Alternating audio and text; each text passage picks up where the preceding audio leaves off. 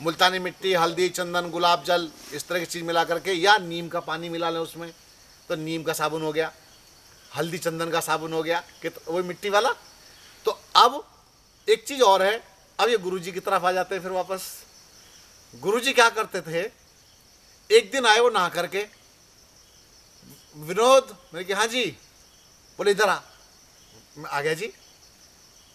तो देख, मैं ऐसे झांकने लगा, मैंने कहा कुछ होगा सिर में। अरे बुद्धू, देख मेरे बाल कितने मुलायम हो रहे हैं। मैं क्या, हाँ जी मुलायम तो बहुत हो रहे हैं। मैं कि क्या, कौन से साबुन से नहा के आए हो? अरे छोड़, साबुन से नहा के आए हो। तो बोले साबुन से नहीं नहाया हूं, बेल से नहा के आया हूं। बेल जो आप, तो बेल का क्या करें, गूदा तो आप खा जाइए, वो पानी में घोल के उसका रस पी जाइए, जो बचेगा फाइबर उसको भिगो दीजिए। भिगोने के बाद में फिर आप उससे स्नान कर लीजिए, मलमल के बालों में उसका भले गूदा लगा लीजिए। उसके अंदर जो चिकना चिकना रेशा होता है, ये रेशा आपके बालों को पोषण करता है। और अगर आप बेल से मलमल के स्नान कर दें तो सारे साबुन और सारे शैम्पू, सारी मिट्टी फेल। तो बेल इतना कारगर है हमारे शरीर के लिए। और अगर आप खाएंगे तो आपकी आंतों को बलवान बनाएगी, आंतों की खुश्की दूर। नहाएंगे तो आपकी त्वचा की खुश्की दूर। इतना बढ़िया बालों को कंडीशनर कर देती है बेल, और बालों में रूसी फूसी जितना होती है सब निकाल देती है।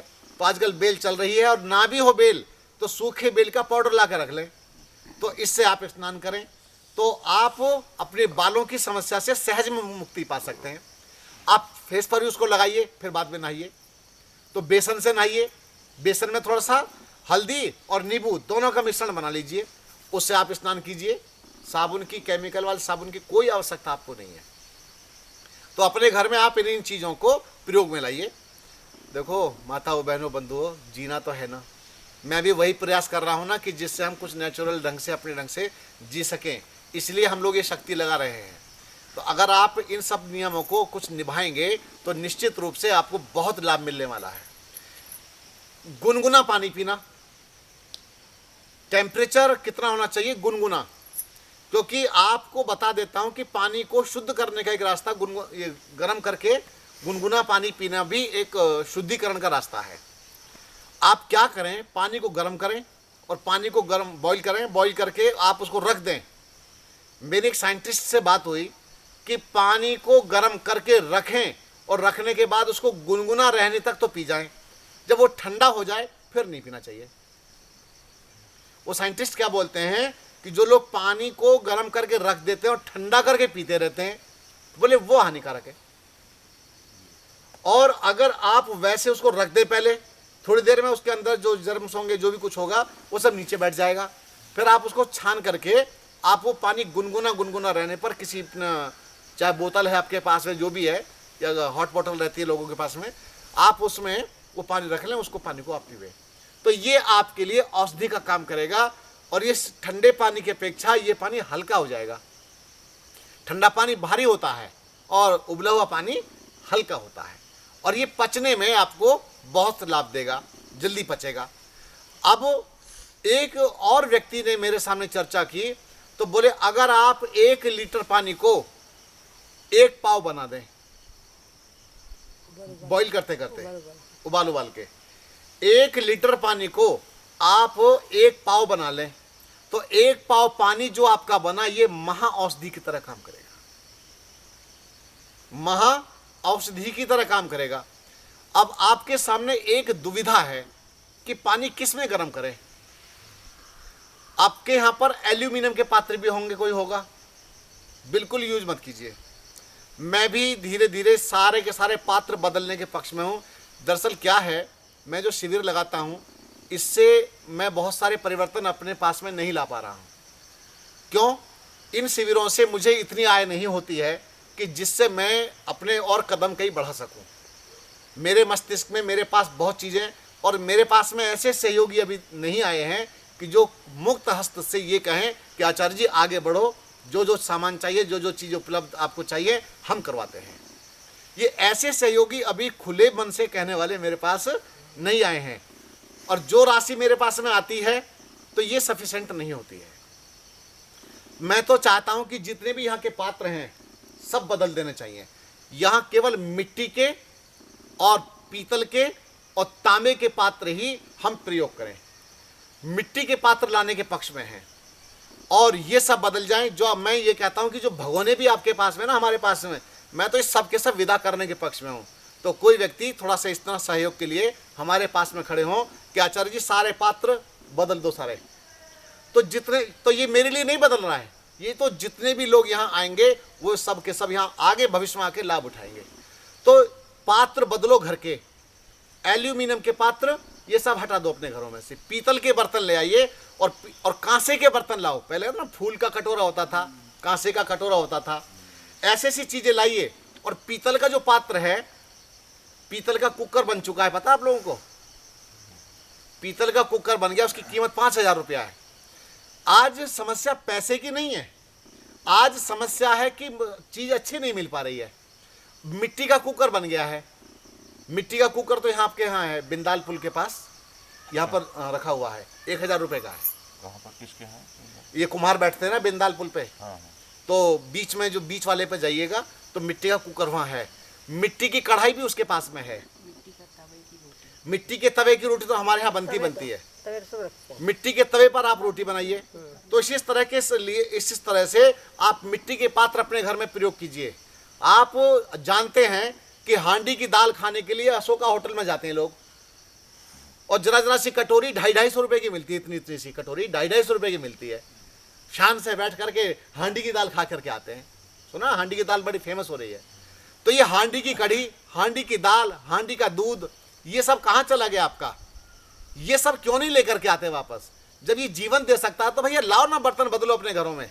आप गिलास यूज करते हैं तो मिट्टी के गिलास में आप पानी पी के देखो, आप स्टील के गिलास में पी करके देखो, आपको बहुत अंतर लगेगा, स्वाद में ही अंतर लगेगा। आप मिट्टी के पात्र में जब पानी पिएंगे, बहुत आनंद आएगा। आप दूध गिलास में पी के देखो और कुल्हड़ में पी करके देखो, मिट्टी के पात्र में, स्वाद में अंतर आ जाएगा। तो जब स्वाद में अंतर आएगा, रुचिकारक होगा, तो आपके स्वास्थ्य में भी अंतर आएगा। तो अपने को हम स्वस्थ बनाएं और जो नियम आपके सामने रखे गए हैं, इन नियमों का आप लोग पालन करेंगे तो निश्चित रूप से सर्दी में जो गर्म पैर, हाँ, सर्दी में नहीं, वो गर्मी में भी किया जा सकता है आवश्यकता के अनुसार। शर्मा जी ने एक बात बीच में याद दिलाई, बिल्कुल सही कहा कि पैरों को गर्म पानी में रखने की एक प्रक्रिया होती है जिसको हम बोलते हैं हॉट फुट बाथ। अच्छा, ये गर्म पानी में पैरों को रखना चाहिए। तो केवल किया किसी ने कल किया था, कल किया है, शाम को किया था। अच्छा, आपने भी किया, लाभ भी मिला होगा। आज इतना दर्द नहीं हुआ। तो सुनो, बीच में मत बोलो। चला नहीं जाता आज, इतनी दिक्कत। तो पैरों को गर्म पानी में रख करके बैठना चाहिए। बाल्टी पर क्या करें, बड़ी बाल्टी लेकर के आओ, हमारे यहाँ छोटी बाल्टी थी है, तो बाल्टी में इतना पानी भरो ताकि पिंडली तक आपका डूब जाए। और ऐसी जगह बैठना कि आप ज़्यादा ऊंची जगह भी ना हो और ज़्यादा नीची जगह भी ना हो, ताकि आप यहाँ तक भी पानी भरना चाहें तो बाल्टी में पानी भरा जा सके। इतनी ऊंची बाल्टी लाएं। तो उसमें क्या करें, आप गुनगुना पानी जितना सहन कर सकते हैं उतना पानी भर लीजिए बाल्टी में। ये प्लास्टिक की भी ले सकते हैं, इसमें कोई दिक्कत नहीं। तो इसमें आप पानी भर लेंगे और इसका नियम, गुनगुना पानी जब में पैर रखेंगे तो आपको 1 गिलास या आधा गिलास ताज़ा पानी पीना चाहिए और सिर पर गीला तौलिया रखना चाहिए और एक चादर भी ढक लेना चाहिए यहाँ तक एक चादर ढक करके पूरा कवर करके बैठ जाइए और बाल्टी को ढक लीजिए पूरा। बाल्टी आपकी इसलिए नहीं ढकवाई गई होगी कि आपको घुटने पर वो पानी डालने के लिए बोला गया होगा। पानी डाला, समझ गए ना? तो जब घुटने पर पानी डाल रहे हैं तो फिर ढकने में दिक्कत आ सकती है। तो इसीलिए आपको जब ये पानी ना डालना हो, घुटने में दर्द नहीं है, तो आप उस अवस्था में पूरा बाल्टी को भी ढक दीजिए।